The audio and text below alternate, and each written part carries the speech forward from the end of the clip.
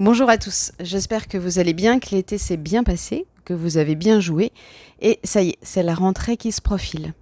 Alors on va tout de suite se réactiver une super bonne nouvelle, hein. N'oublions pas, les élèves qui réussissent, ce sont bien ceux qui sont le plus présents et attentifs à ce qu'ils font, et notamment en classe. Et pas ceux qui bossent des heures et des heures le soir à la maison, souvent, bien trop souvent, pour recommencer ce qu'ils ont déjà fait dans la journée, juste parce qu'ils pensaient à autre chose. Alors, un petit conseil, parce que pour muscler cette attention en classe, on peut bien les aider. Premier conseil, hein, si vos enfants, votre ado rentre de cours après la première ou la deuxième journée et qui vous dit « Ah, j'ai Madame Machin en maths », et là vous dites « Ah non, t'as Madame Machin en maths ». Si en plus vous rajoutez « Oh, elle explique pas très bien » ou « Elle finit pas ses chapitres », et vous dites « Pourquoi t'as pas Monsieur Truc ?» Vous êtes d'accord? Là, ça va être un petit peu déjà mal parti ou compliqué. Il y a de fortes chances que votre enfant, à chaque fois qu'il passe la porte, consciemment ou inconsciemment, il se dise « Mais pourquoi j'ai Madame Machin? Pourquoi j'ai Monsieur Truc ?»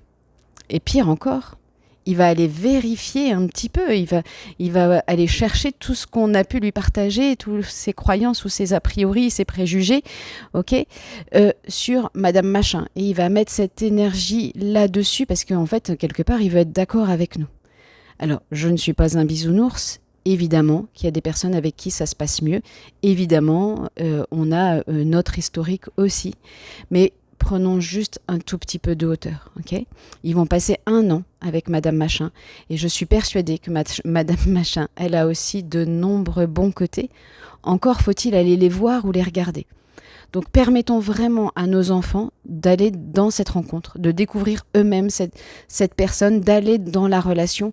Et là, pour le coup, on va leur permettre de passer la porte de classe avec une intention qui est déjà un peu plus positive, avec une envie, avec, j'espère pour eux, l'envie de s'accrocher, de participer, et surtout, au moins déjà, pas avec des pensées qui sont déjà négatives et qui vont faire qu'ils vont se désengager, et qui est le facteur vraiment aussi essentiel.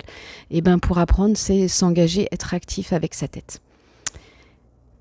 Allez, je suis sûre que c'est pas facile, mais on peut tous y arriver.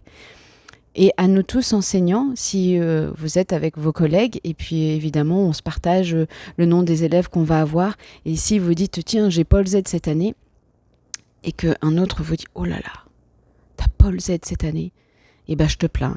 Alors là tu vas pas te marrer, hein. C'est un costaud celui-là. Ben il y a de fortes chances que, avant même que vous ayez pu rencontrer Paul Z, juste quand il va passer lui aussi la porte de classe, vous l'avez déjà dans le collimateur, vous l'avez déjà dans le viseur, vous l'avez déjà repéré, parce que vous avez peut-être même cherché, si vous ne l'aviez jamais eu, à quoi il ressemblait. Et dans votre tête, vous vous dites peut-être, mon gaillard, tu vas voir, avec moi, ça ne va pas se passer de la même façon. Et peut-être que Paul Z, pendant les vacances, on lui souhaite grandement, il a grandi, il a mûri, il arrive avec d'autres envies. Et malheureusement, si nous, on est déjà avec ce regard-là, il va avoir du mal à s'en sortir, en fait. Parce que, et ça, c'est physiologique, c'est humain, et c'est dans toutes les situations, que ça soit par rapport à nous-mêmes ou par rapport aux autres, on renforce les choses sur lesquelles on se centre. On va renforcer les choses sur lesquelles on pose notre attention, sur lesquelles on met notre énergie. Donc, allez, évidemment, c'est pas simple. Évidemment, c'est un sacré challenge. Mais osons, là, en ce début d'année, et à nous tous, et à vous tous, parents même, quel que soit votre domaine d'activité, osons la rencontre, osons la relation. La relation, elle permet aussi de nourrir cette confiance. Cette confiance, elle est fondamentale dans tous nos domaines d'activité, mais encore bien plus dans l'apprentissage, et encore bien plus pour nos enfants et nos ados qui sont en pleine construction, qui ne sont pas encore en maturité, et pour qui cette relation, l'affectif, est fondamentale pour nourrir l'envie, la motivation.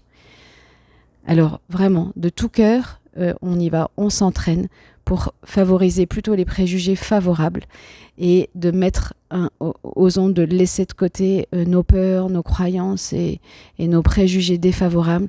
Et je vous assure que ça va permettre vraiment de très très très jolies surprises, croyez-moi, j'en suis persuadée. Alors belle rentrée à tous, vraiment.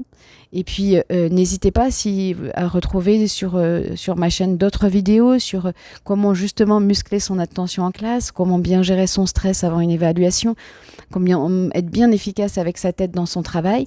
Et puis, si vous voulez aussi aller plus loin, n'hésitez pas, dans mon livre Enfants confiants, parents sereins, vous retrouverez de nombreuses pistes sur la confiance, l'estime de soi, l'attention et aussi être efficace dans son travail. Donc, Enfants confiants, parents sereins, des clés pour une réussite heureuse de l'école au lycée chez ESF Sciences Humaines.